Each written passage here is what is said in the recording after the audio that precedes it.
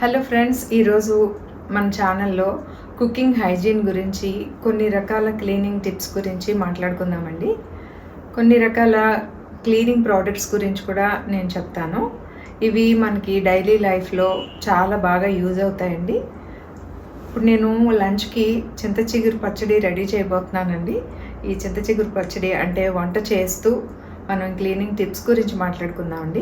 నమస్తే అండి, నేను Himavani. Welcome to hygiene and blogs.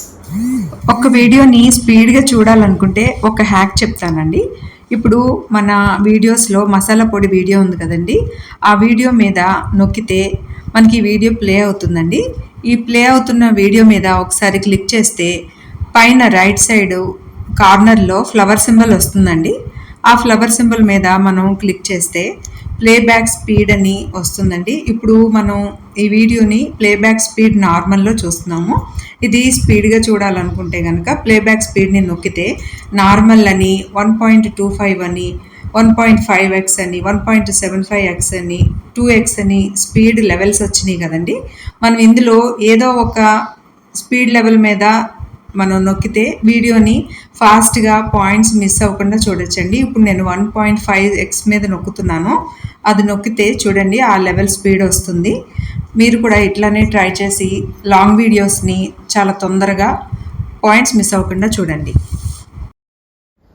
ఇదిగోండి చింత చిగురు నేను తెప్పించానండి. ఇది యాక్చువల్గా కొన్నది కాదు, చెట్టుదనమాట. మాకు తెలిసిన ఆయన మధు అని ఒక ఆయన తెప్పించారండి. చాలా బాగుంది, ఫ్రెష్గా ఉంది. యాక్చువల్గా మనం మార్కెట్లో చింత చిగురు కొనేదట్టయితే చెట్టు నుంచి కోసుకొచ్చి మార్కెట్కి తీసుకొచ్చి దానిపైన అది వాడిపోకుండా, ఎందుకంటే చిగుర్లు కదా ఇవి చాలా లేతగా ఉండి తొందరగా డ్రై అయిపోవడం కానీ తొందరగా కుళ్ళిపోవడం కానీ జరుగుతుందండి. అక్కడి నుంచి తెచ్చేటప్పుడు ఫ్రెష్గా ఉంచడం కోసం దాని మీదంతా నీళ్లు జల్లి తర్వాత బస్తాల్లో తీసుకొచ్చి అంటే కింద మీద పడేస్తారు. అంటే అంతకంటే మెయింటైన్ చేయడం అనేది పాపం వాళ్ళు కూడా కుదరదు. అట్లా తీసుకొచ్చి అమ్ముతారు కదా, మనమేమో అవన్నీ చూస్తారు. తర్వాత ఫ్రెష్గా ఉండడానికండి దీని మీద కంటిన్యూస్గా నీళ్ళు చల్లుతూ ఉంటారు. ఆ నీళ్ళు కూడా ఎట్లాంటి నీళ్ళో మనం తెలియదు కదా. బాగా కడుక్కోవాలి చింత చిగురు అయితే. కానీ చింత చిగురు కడగడం అంటే నాకు ఎప్పుడు కూడా అదొక టాస్క్ లాగా అనిపిస్తుంది. అంటే నాకు కొంచెం కష్టమైన పనిలాగా అనిపిస్తుంది. ఎందుకంటే చిన్న చిన్న ఆకులు కదా, అవి కడిగేటప్పుడు చాలా వరకు కింద డ్రైన్లోకి వెళ్ళిపోతూ ఉంటాయి. ఇప్పుడు ఇది కడుక్కోవడానికండి ఒక మంచి ప్రోడక్ట్ చూపిస్తాను. అసలు ఆ ప్రోడక్ట్ అయితే అసలు ఇది చింత చిగురు కడగడానికే తయారు చేసిందేమో అన్నంత ఈజీగా ఉందండి నాకైతే. నేను ఇప్పుడు అది చూపిస్తానండి. ఇదిగోండి ఈ ప్రోడక్ట్ అనమాట. ఇది దీన్ని కొలాండర్ అంటాము. ఇందులో 2 బౌల్స్ ఉంటాయండి. చూడండి, ఇది పైన ఉండే బౌలు, దీనిలో హోల్స్ ఉంటాయి. ఇది తర్వాత దీనికి స్టాండ్ కూడా ఉంటుందండి. ఎందుకంటే మనం ఆకులు వేసి కడిగిన తర్వాత మనం ఇట్లా పెట్టేస్తే దీనిలోంచి నీళ్లు కిందకి డ్రైన్ అవుట్ అయిపోతాయి. దీనికి హోల్స్ ఉంటాయి. రెండోది బౌల్ ఇదండి కిందది. ఈ బౌల్ ఏంటంటే దీనికి హోల్స్ ఉండవు.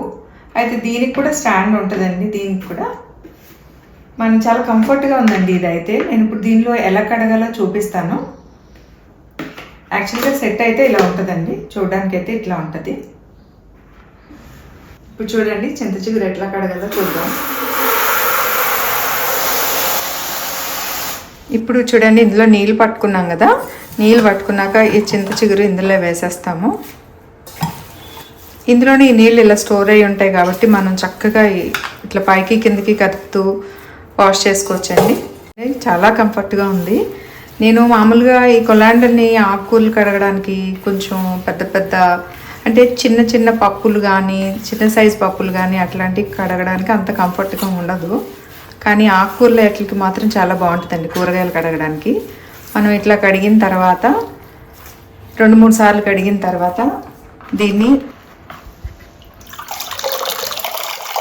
అది చూడండి ఇట్లా మనం ఈ గిన్నె ఇలా పైకి పట్టుకుంటే సరిపోతుందండి. మొత్తం నీళ్ళన్నీ కింద నుంచి బయటకు వచ్చేస్తాయి.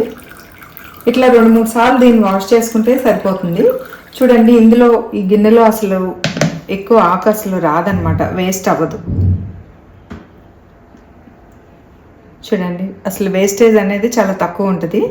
ఇది చింత చిగురు కోసమే తయారు చేసినట్టుగా అనిపించిందండి నాకైతే. ఇంతకుముందు మనం ఎక్కువ లార్జ్ స్కేల్లో చింత చిగురు కొని కడగాలంటే నాకు చాలా కష్టం అనిపించేది.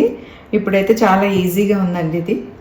ఇది నేను కొని చాలా రోజులైందండి. చింత చిగురికి వాడడం మాత్రం ఈ మధ్యనే మొదలుపెట్టాను.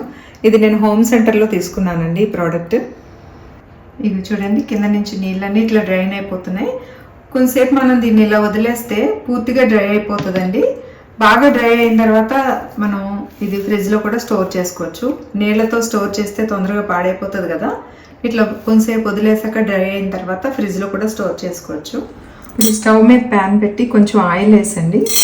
మినప్పప్పు, మనం తీసుకునే చింత చిగురు తగ్గట్టుగా మనం ఇప్పుడు ఇంగ్రీడియంట్స్ అన్నీ వేసుకోవాలండి. నేను ఒక 2 స్పూన్లు మినప్పప్పు తీసుకున్నానండి. ఒక 2 స్పూన్లు ఫ్లాక్స్ సీడ్స్ వేసుకుంటున్నానండి.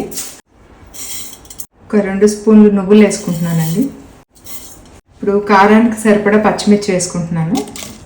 ఇందులో ఎండుమిర్చి కూడా వేసుకోవాలండి. అయితే ఈ ఎండుమిర్చి మనం పచ్చిమిరపకాయలు అంటే కడుక్కుంటాం.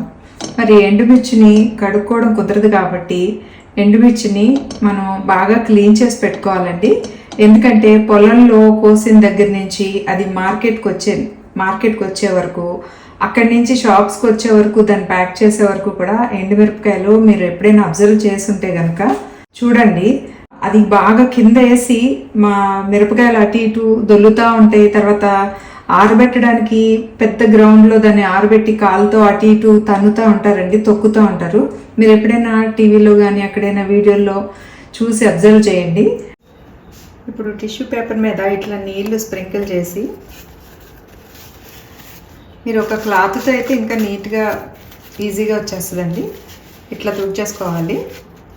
మార్కెట్ నుంచి తెచ్చిన వెంటనే ఇట్లా తుడుచుకుని ఎండలో పెట్టేసుకుని అప్పుడు స్టోర్ చేసుకోవాలండి.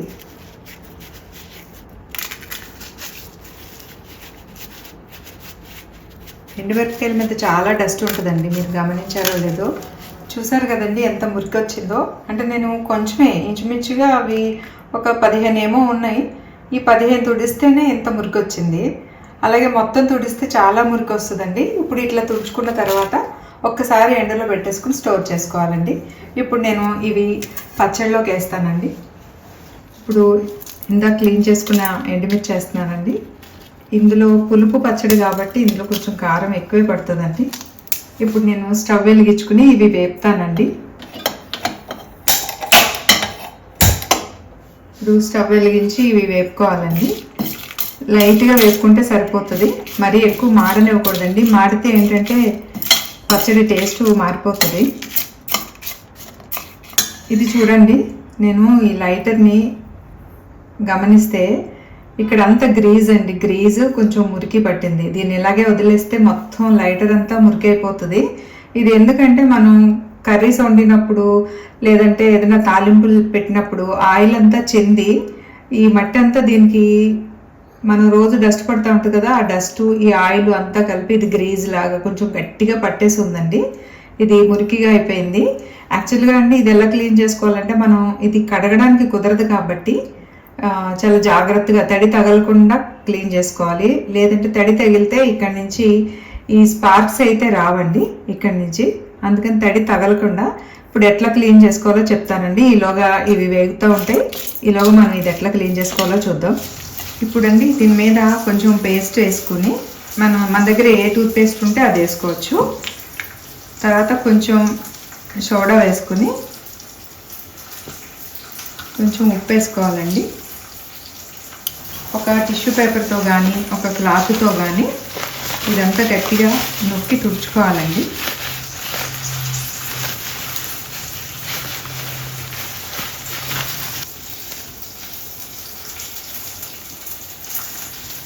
ఇది గట్టిగా ఇట్లా నొక్కి ప్రెస్ చేసి తుడిచేస్తే అండి మొత్తం గ్రీజ్ అంతా వచ్చేస్తుంది. చూడండి ఎంత మురికి అనుకుందో ఇక్కడ. ఇదంతా పేస్ట్ బ్లూ కలర్లో ఉన్నది. ఇదంతా దీని మీద ఉన్న గ్రీజ్ అనమాట. చూడండి ఈ లైటర్కి ఇక్కడ కూడా అంటే ఇక్కడ స్పార్క్ వస్తుంది కదా, ఇక్కడ కూడా గ్రీజ్ పట్టేస్తుందండి. గ్రీజ్ పట్టేసి ఒక్కోసారి స్పార్క్ అసలు సరిగా రాదు. మనం ఒక 3-4 సార్లు వెలిగిస్తేనే కానీ గ్యాస్ వెలగదు. ఈ లోపల గ్యాస్ లీక్ అయిపోతూ ఉంటుంది. కాబట్టి ఇక్కడ కూడా అప్పుడప్పుడు మనం కొంచెం క్లాత్ పెట్టి కానీ టిష్యూ పేపర్ పెట్టి కానీ మనం ఇట్లా తుడుచుకోవాలండి. ఇట్లా తుడుచుకుంటూ ఉంటే ఇక్కడ ఈ గ్రీజ్ అనేది ఇక్కడ పట్టకుండా ఉంటుంది. తర్వాత ఇట్లా తుడుచుకున్నాకండి ఇక్కడ కొంచెం ఎండ తగలాలి. ఎప్పుడైనా సరే అప్పుడప్పుడు ఎండలో పెట్టుకోండి. ఇక్కడ మాత్రం కొంచెం ఎండ తగిలేలా చూసుకోండి. ఎండలో పెడుతూ ఉంటే మనకి ఈ గ్యాస్ లైటరు బాగా వెలుగుతుందండి. ఇప్పుడు ఇవన్నీ మనం వేపుకుంటానికి బౌల్లో వేసుకున్నాం కదండి. ఇవన్నీ వేగినాయి. నేను మిక్సీ జార్లో వేసుకుంటున్నాను. ఇది వేగిన తర్వాత చింత చిగురు వేసేస్తానండి. ఇప్పుడు చింత చిగురు కూడా వేయించేసుకుందామండి. చూడండి, మొత్తం నీళ్ళన్నీ కిందకి డ్రైన్ అవుట్ అయిపోయినాయి. అస్సలు నీళ్ళు లేవు, చాలా చక్కగా డ్రై అయిపోయింది. ఇట్లాంటి ఆకండి ఫ్రిడ్జ్లో పెట్టుకుని మనం స్టోర్ చేసుకున్నా కూడా ఎక్కువ కాలం ఉంటుంది. తడితో పెడితే ఏంటంటే అసలే పులుపు కదా, పులుపు ప్లస్ తడి కూడా ఉంటే తొందరగా ఆకు పాడైపోయినట్టు అయిపోతుందండి. ఇప్పుడు ఇది మూత పెట్టేసి బాగా మగ్గబెట్టుకుందామండి. ఇప్పుడు ఈ పచ్చడిలోకి కొంచెం పల్లి గింజలు కూడా వేసుకోవాలండి. అందుకోసం నేను వేరుశనగ గింజలు వేస్తున్నాను. ఇవి బాగా వేగిన తర్వాత మనం పొట్టు తీసుకోవడం కూడా అది కూడా ఒక పెద్ద పనిలానే ఉంటుంది కదండి. చాలా ఈజీగా పొట్టు ఎట్లా తీసుకోవాలో ఇప్పుడు మనం ఒకసారి చేసి చూపిస్తానండి. మనం మామూలుగా అయితే పొట్టు తీసి దాన్ని చెరిగి అది కిందంతా పడి లేదంటే తేలిగ్గా ఉంటుంది కదా, అది మళ్ళీ గాలిలోకి ఎగిరి మొత్తం అంతా పడతా ఉంటే మళ్ళీ మనం దాన్ని క్లీన్ చేసుకోవడం కూడా ఒక పెద్ద పనిలా ఉంటుంది. కాబట్టి చాలా ఈజీగా పొట్టు ఎట్లా తీసుకోవాలో చెప్తానండి. స్టవ్ ఆఫ్ చేసేస్తున్నానండి. ఈ పొట్టు బాగా మనం చేతులతో ఇట్లా నలిపి తీసేసిన తర్వాత ఆ పొట్టు ఎట్లా మనం బయటికి తీయాలో కూడా చెప్తానండి. ఒకసారి చింత చిగురు తిప్పుకుందామండి. అయిపోయిందండి, కొంచెం మగ్గితే సరిపోతుంది. ఇది చాలా దగ్గరుండి చూసుకోవాలండి, చాలా తొందరగా మాడిపోతుంది. చూడండి, ఇప్పుడు వేరుశనగకాయలు ఇట్లా పొట్టంతా వలిచేసుకున్నానండి. వలుచుకున్నాక ఇప్పుడు మన అందరి ఇళ్లలో ఇట్లాంటి గరిటె ఉంటుంది కదండి, మనం డీప్ ఫ్రైకి వాడుతూ ఉంటాం. ఇట్లాంటి గరిటె ఉంటుంది కదా, ఈ గరిటెని ఈ గిన్నెలోనే పెట్టి మనం వేయించుకున్న ఈ వేరుశనగకాయలు ఈ పొట్టుతో సహా మనం ఇందులో వేసేసుకోవాలండి. వేసేసుకున్నాక చూడండి, మనం ఇలా జల్లించినట్టుగా ఇట్లా అంటే పిండి జల్లిస్తాం కదా, అట్లా అంటే కనుక ఈ హోల్స్లోంచి మొత్తం పొట్టు కింద పడిపోతుందండి. ఎక్కడ కూడా ఒక చిన్న పొట్టు కూడా పడదండి. ఇంత క్లీన్గా చేసేసుకోవచ్చు. ఇంత క్లీన్ చేసేసుకున్న తర్వాత డబ్బాలో స్టోర్ చేసుకోవడమేనండి. చూసారు కదండి ఎంత నీట్గా పొట్టు అంతా వచ్చేసిందో. ఇంతేనండి, మొత్తం అది కూడా ఒకసారి 2-3 సార్లు ఇట్లా అనేసుకుంటే అయిపోతుందండి. మొత్తం పొట్టు వచ్చేసినట్టే. ఇంత ఈజీ అనమాట పొట్టు తీసుకోవడం. ఇప్పుడు మనం వేపిన పప్పుల్లోనండి కొద్దిగా వెల్లుల్లిపాయలు వేస్తున్నాను. తర్వాత మనం వేయించి పొట్టు తీసుకున్న వేరుశనగ గింజలు వేస్తున్నానండి. కొంచెం సాల్ట్ వేస్తున్నానండి. కొంచెం పసుపు వేస్తున్నాను. ఇది ఒకసారి గ్రైండ్ చేసుకోవాలండి. ఇదిగోండి, ఇట్లా కోర్స్గా గ్రైండ్ చేసుకుంటే సరిపోతుంది, మరీ మెత్తగా అవసరం లేదు. ఇప్పుడు చింత చిగురు చల్లారిన తర్వాత ఇందులో వేసుకుని గ్రైండ్ చేసుకోవాలండి. ఈ పచ్చడి ఎంత హెల్దీ అంటే చింత చిగురులో ఉండే ఫైబరు, విటమిన్స్, తర్వాత మనం ఇందులో ఫ్లాక్స్ సీడ్స్ వేసాము, తర్వాత వేరుశనగ గింజలు వేసాం, నువ్వులు వేసాం. ఇవన్నీ కూడా మంచి ప్రోటీన్ ఫుడ్ అండి. ఇది చాలా హెల్దీ రెసిపీ అనమాట. ఇప్పుడు నేను గ్రైండర్లో చింత చిగురు వేసేస్తున్నానండి. చింత చిగురు బాగా మగ్గిపోయింది. కొంతమంది ఇందులో కొంచెం బెల్లం, కొంచెం చింతపండు కూడా వేస్తారండి. నేను అవేమీ వేయట్లేదు. చింత చిగురు కూడా బాగానే పుల్లగా ఉందండి. ఇప్పుడు గ్రైండ్ చేసేటప్పుడు అవసరమైన కొంచెం వాటర్ పోసుకోండి, ఎక్కువ వద్దు. ఇప్పుడు గ్రైండ్ చేస్తానండి. ఇందులో ఉప్పు జాగ్రత్తగా సరి చూసుకోండి, ఎందుకంటే పుల్లగా ఉంటుంది కదా. కరెక్ట్గా ఉప్పు పడితేనే ఈ పచ్చడి టేస్ట్ ఉంటుందండి. ఇప్పుడు ఈ పచ్చడిని తాలింపు పెట్టుకోవాలండి. తాలింపు కూడా చాలా ఘాటుగా చక్కగా పెట్టుకోవాలి, ఎందుకంటే ఇదే హైలైట్ అండి ఈ పచ్చడికి. తర్వాత ఇంకొకటండి, పచ్చడి మనం తాలింపులు ఏదైనా సరే రోజుకి 2-3 సార్లు తాలింపు పెడుతూ ఉంటాం. అలాగే కూర వేసేటప్పుడు పులుసులు కానీ సాంబార్ కానీ ఏం చేసినా కూడా మనం తాలింపు పెడుతూ ఉంటాం. ఆ తాలింపు అనేది ఎంత జాగ్రత్తగా వేసుకోవాలండి. ఇప్పుడు మనం చిన్న చిన్న బౌల్స్లో తాలింపు పెట్టడం వల్ల ఏమవుతుందంటే అండి, ఇవన్నీ చిందేస్తాయి. తర్వాత ఇక్కడ బ్యాక్ స్ప్లాష్ దగ్గర కూడా బాగా ఆయిల్ చెందుతుంది. మళ్ళీ ఇవన్నీ మనం క్లీన్ చేసుకోవాలి, అదొక పెద్ద డబుల్ పని. తర్వాత ఇందులో మనం కరివేపాకు, వెల్లుల్లి వేసినప్పుడు ఆ తడికి ఆ నీటితో పాటు ఆవిరితో పాటు ఆయిల్ కూడా ఇలా పైకి వెళ్ళండి ఈ మన చిమ్నీకి పట్టేస్తుంది. అంటే ఎంత ఎక్కువగా అంత చిందేలాగా మనం తాలింపులు పెడితే అంత ఆయిల్ జిడ్డు దీనికి పట్టేస్తుందండి. తర్వాత మళ్ళీ దీన్ని మనం ఫ్రీక్వెంట్గా తుడుచుకోవాల్సి వస్తుంది. ఇన్ని పనులు ఉంటాయి కాబట్టి ఎప్పుడు కూడా మనం తాలింపు వేసే గిన్నె సైజ్ అండి ఎప్పుడు పెంచుకోవాలి. పెద్దది సాధ్యమైనంత వరకు ఎక్కువ హైట్ ఉండేలాగా, ఎక్కువ వెడల్పు ఉండేలాగా చూసుకుంటే అప్పుడు ఆయిల్ కొంచెం తక్కువ చిందుతుందండి. ఈ పనులన్నీ మనకు తగ్గుతాయి. అందుకనే ఏంటంటే ఎప్పుడు కూడా ఇంత చిన్న చిన్న గిన్నెల్లో తాలింపులు వేసుకోవద్దండి. సాధ్యమైనంత వరకు పెద్ద సైజులో మీకు నచ్చిన షేప్లో ఉండే గిన్నెలు తీసుకుని వాడండి. నేనైతే దీనిలో వేస్తానండి. ఒక్కోసారి అయితే ఇంతకన్నా పెద్ద గిన్నెల్లో కూడా తాలింపు వేస్తాను నేను. ఇప్పుడు చూడండి, తాలింపులో ఆవాలు, జీలకర్ర, కొంచెం శనగపప్పు, ఎండుమిర్చి, ఇందులో కొంచెం ఇంగువ కూడా వేయాలండి. స్టవ్ ఆఫ్ చేసిన తర్వాత కొంచెం నూనె వేడి తగ్గిన తర్వాత కరివేపాకు వేస్తానండి. చూసారు కదండి, ఇంత పెద్ద గిన్నె పెట్టడం వల్ల గ్యాస్ స్టవ్ చుట్టూ ఆయిల్ తక్కువగా పడుతుంది అనమాట. అందుకనే ఎప్పుడు కూడా తాలింపు పెద్ద గిన్నెలో వేసుకోండి. ఇప్పుడు స్టవ్ ఆఫ్ చేశానండి. కొంచెం ఆయిల్ చల్లారింది. ఇప్పుడు కరివేపాకు వేస్తాను. ఇట్లా వేస్తే ఏంటంటే వేగుతుంది, కానీ ఎక్కువగా చెందుదండి, కొంచెం చెందుతుంది అంతే. పచ్చడిలో వేసేస్తున్నానండి ఇది. ఇప్పుడు ఇది అన్నంలో నెయ్యి వేసుకుని కలుపుకుని తింటే చాలా టేస్టీగా ఉంటుందండి. మంచి హెల్దీ రెసిపీ కూడా. ఏ సీజన్లో దొరికే వాటిని మనం చక్కగా ఇలా యూజ్ చేసుకుంటే ఆరోగ్యానికి చాలా మంచిదండి. అయిపోయిందండి, పచ్చడి రెడీ అయిపోయింది. ఇప్పుడు మనం వంట చేస్తూ హైజీన్ టిప్స్, తర్వాత క్లీనింగ్ ప్రోడక్ట్స్ చాలా చూసాం కదండి. అవన్నీ అందులో మీకు ఏది నచ్చిందో ఒకసారి నాకు కామెంట్ చేయండి. చాలామంది వీడియోలు చూస్తున్నారు కానీ దాన్ని లైక్ చేయట్లేదు, షేర్ చేయట్లేదు. ప్లీజ్ సబ్స్క్రైబ్ మై ఛానల్ అండి.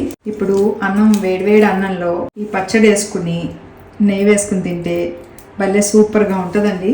మీరు కూడా ఒకసారి ట్రై చేసి చూడండి. మనం ఫ్లాక్స్ సీడ్స్ వేసాం కాబట్టి ఈ పచ్చడి కొంచెం నల్లగా వచ్చిందండి. ఫ్లాక్స్ సీడ్స్ కూడా చాలా హెల్దీ అని అందరూ చెప్తున్నారు కదా, అవి కూడా మనం వాడుతూ ఉండాలి.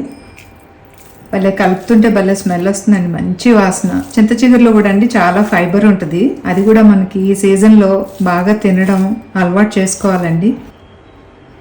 ఈ చింత చిగురు పచ్చడి మీరు కూడా చేసుకుని బాగా ఎంజాయ్ చేయండి. థ్యాంక్ యూ అండి.